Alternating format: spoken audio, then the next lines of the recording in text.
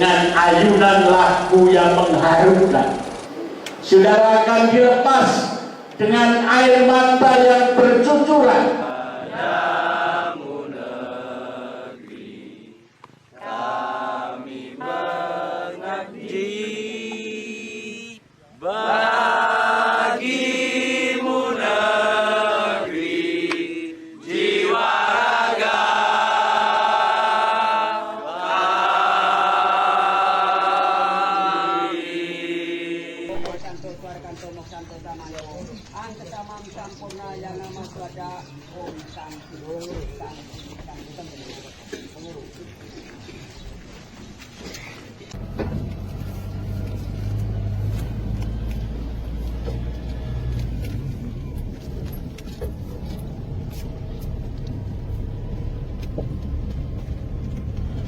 นี่เขาไม่รู้เขามาไม่ถูกเลย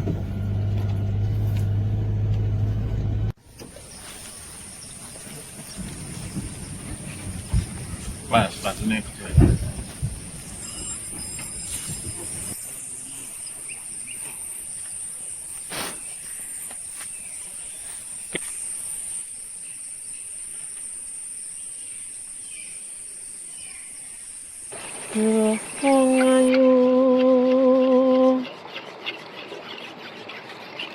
Pujan ning ati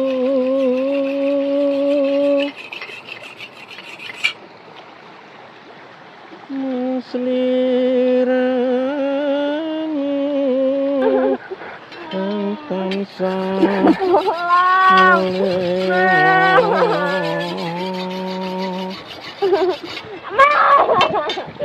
Aduh, rena kalawan ini korbannya.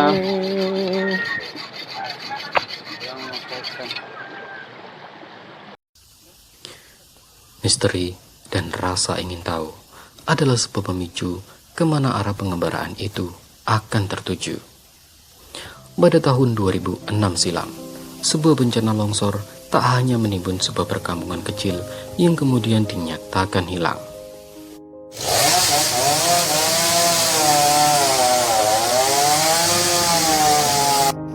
Teman-teman, kita melewati jalur bekas longsoran. Beginilah situasinya. Medan parah, betul, parah banget. Jadi berhati-hati, batu rawan longsor dan terlepas meskipun sudah dibuatkan jalur jalan baru. Coba pelan-pelan, pelan-pelan.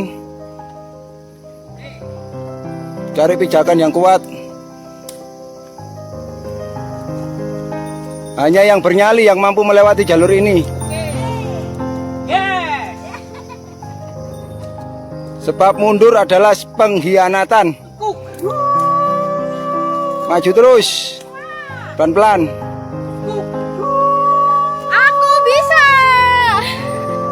Jalur baru. Nah, ini jalur baru bekas longsoran. Di sisi selatan jurang pemukiman, jejak tanah yang bergerak menggerus permukaan membuat fenomena yang akhirnya tersibak. Sebuah jalan berundak yang terbuka dari bekas longsor di sebuah peta. Pada akhirnya memunculkan sebuah misteri teka-teki. Temuan itu apakah berupa peninggalan arkeologi atau tak lebih dari sekedar fenomena geologi. Sebuah temuan yang pertama kali ditemukan oleh pendarung yang tinggal tak jauh dari sebuah darungan. Lalu, pada tahun 2007, ribuan nelayan melakukan aksi penolakan demo tumpang pitu yang dipicu perubahan atas status hutan. Setahun berjalan, sebuah ekspedisi melaporkan bahwa terdapat bangunan kuno yang diduga reruntuhan dari peninggalan kahuripan. Dan kemudian, di tahun 2008, kekeringan dan perubahan status kawasan dilaporkan telah memicu menghilangnya beberapa sumber mata air yang berada di dalam hutan, di mana salah satunya telah mengancam keberadaan sendang yang dikeramatkan, mengering karena alih fungsi perkebunan, hingga kemudian menarik sebuah kelompok mahasiswa untuk melakukan penelitian.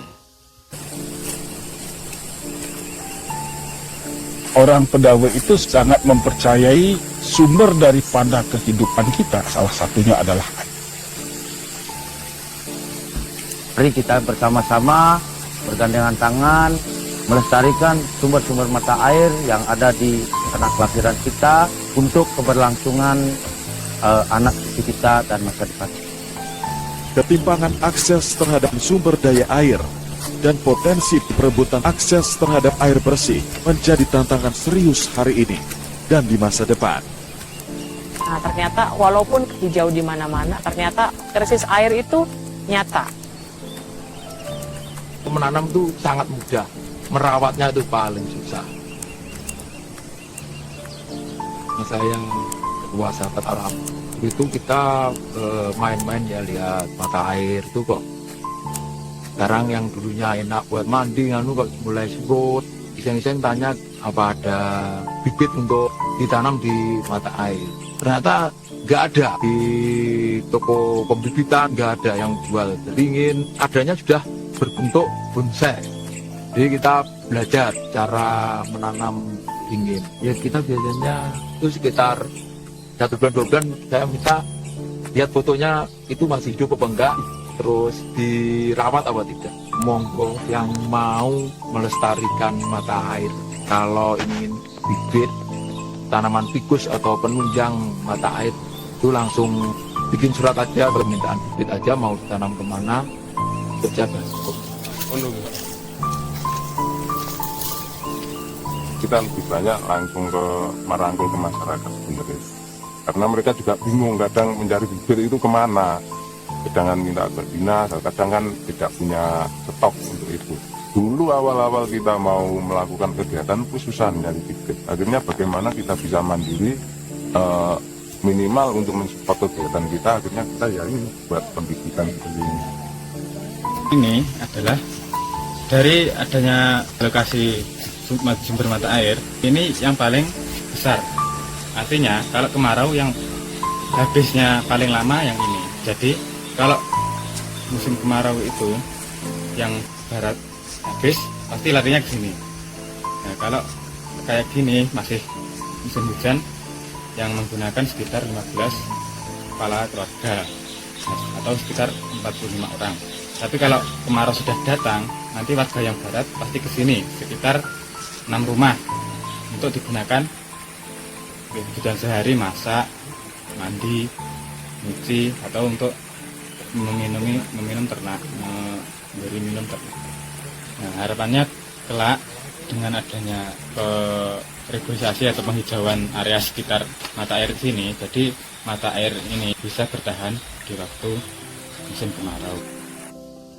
Dari salah satu perbatasan hutan yang ditandai dengan sebuah terowongan, dari sanalah mereka kemudian membuat rencana detail tentang sebuah penjelajahan.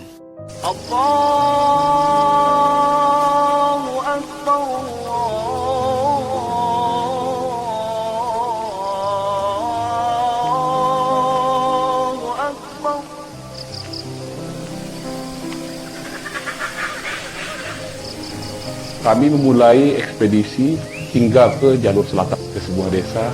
Di mana desa itu terkenal dengan medannya yang begitu sulit. Kami ke sana menggunakan sepeda motor di sebuah dusun, jalan kaki 2 jam melewati hutan dan menyeberangi 2 sungai. 2009 kami kembali. Kali ini kami melangkah lebih jauh. Saat itu kami bersama kawan-kawan dan beberapa mahasiswa dari Universitas Teknologi. Sejak awal tahun kami sudah merencanakan akan melakukan jelajah ekspedisi Gayung Bersambut. Saat itu dukungan banyak datang dari para relawan komuniti. Dan inilah kisah teman-teman yang menjelajahi pegunungan hingga ke jalur selatan. Dalam mewujudkan harapan besar yang kami dambakan, kami mulai bergerak dataran tinggi pegunungan menjadi tujuan dari perjalanan jelajah kali ini. Kami berangkat dan langsung bergegas, kami melintasi alas. Kami melanjutkan perjalanan melintasi mulusnya jalan menuju hutan. Sekitar jam 1 siang Siang itu juga kami sangat lapar. Kalaupun mencari warung, kami kebingungan karena mau cari warung di mana di sini gitu. Terlihat dari kejauhan. Yang mau makan silakan ambil sendiri yang makan. Pentolnya. Aku dorong rek. Satu saja. Naik rek. Wow. Setelah itu, setelah cukup lama berbincang, kami melanjutkan perjalanan menuju desa.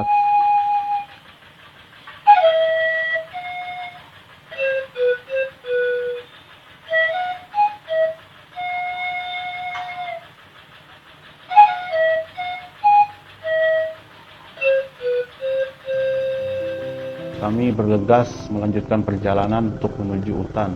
Sangat panjang dan sangat sepi. Di sini kami benar-benar harus fokus dan meningkatkan kekompakan tim. Kemudian kami berpapasan dengan malam ketika tiba di hutan. Nah, di hutan inilah kami akan bermalam di salah satu rumah kawan dari teman seperjalanan kami kali ini.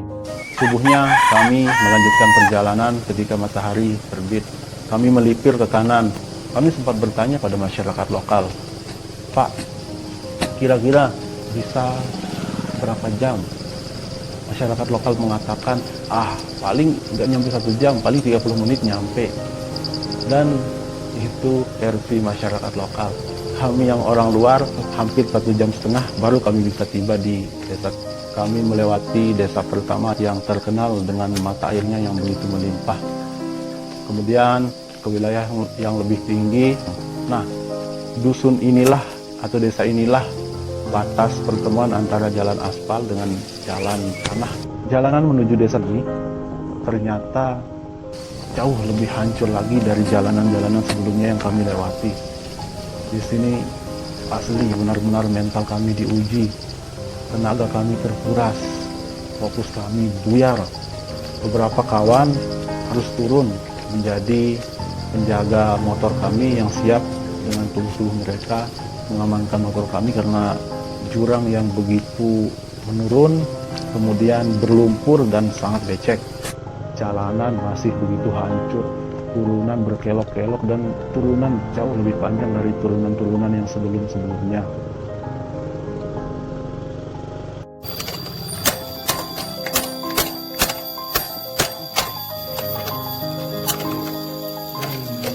Kami tiba di sana, kami istirahat sebentar di lapangan.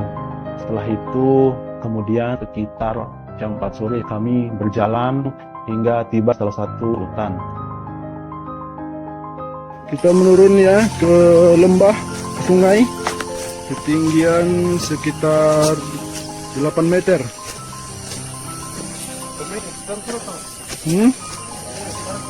Berapa? 15 ada. Awas jatuh. 20. Oke, lanjut.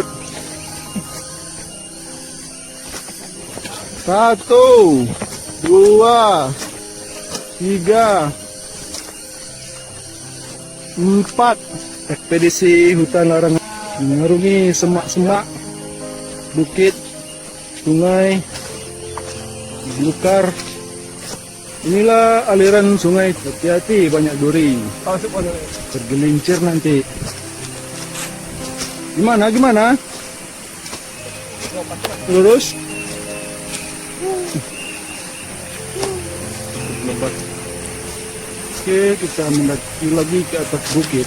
Di sana ada pohon yang masuk besar di hutan larangan. Kita akan ukur diameternya. Ini perkiraan 4 orang meluk, orang dewasa. Kita akan mengukur diameter besarnya. Wow, luar biasa. 1 meter 80. 190. 190. Luar biasa. Tanggal 8 tahun 2009 kami melaporkan.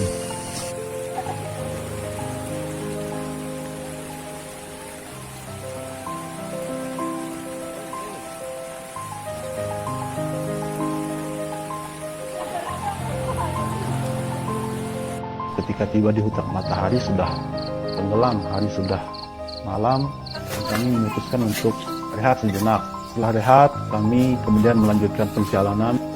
Setelah melintasi hutan yang panjang, kami tiba di salah satu rumah. Kami bermalam di rumah tersebut. Paginya kami pamitan untuk melanjutkan perjalanan kembali menuju desa. Di dua kawasan terujung yang terbagi atas wilayah Jember dan Banyuwangi, dua wilayah yang tak hanya terkenal akan mistik, tetapi juga terkenal dengan sebaran temuan megalitik.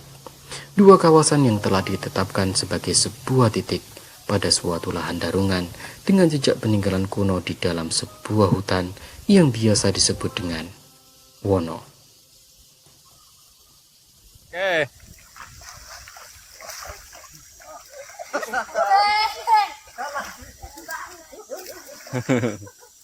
Oh, drugi sak ngene lho. Drugi ngene, Beb. Nah, ini sing bau rekso. Sing bau rekso hutan Won.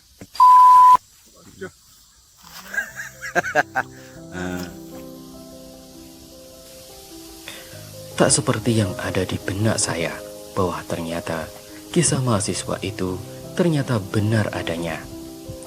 Membagi kelompok atas beberapa gugus dari Meru Betiri hingga Baluran Bajul Mati dalam satu wilayah yang pernah disebut dengan Ijen Nagari. Di tengah rangkaian pegunungan, tepat di salah satu lereng puncak yang biasa disebut dengan Margo Puspo. Melewati lembah, aliran sungai, hutan heterogen hingga alang-alang setinggi 2,5 meter. Memanjat batuan tebing yang licin di balik aliran mata air hanya untuk mengungkap sebuah misteri yang belum juga berakhir. Saya inspirasinya dari ketika saya ingin menulis arkeologi datanya kok nggak ada. Saya ingin mengumpulkan seberapa besarkah data arkeologi yang ada di dunia. Hanya saya meminta persetujuan dari dosen dan minta surat jalan dulu. Bagaimana bisa masuk ke perkebunan, instansi itu. Ini diizinkan, kemudian setiap 6 bulan sekali saya harus menulis laporan.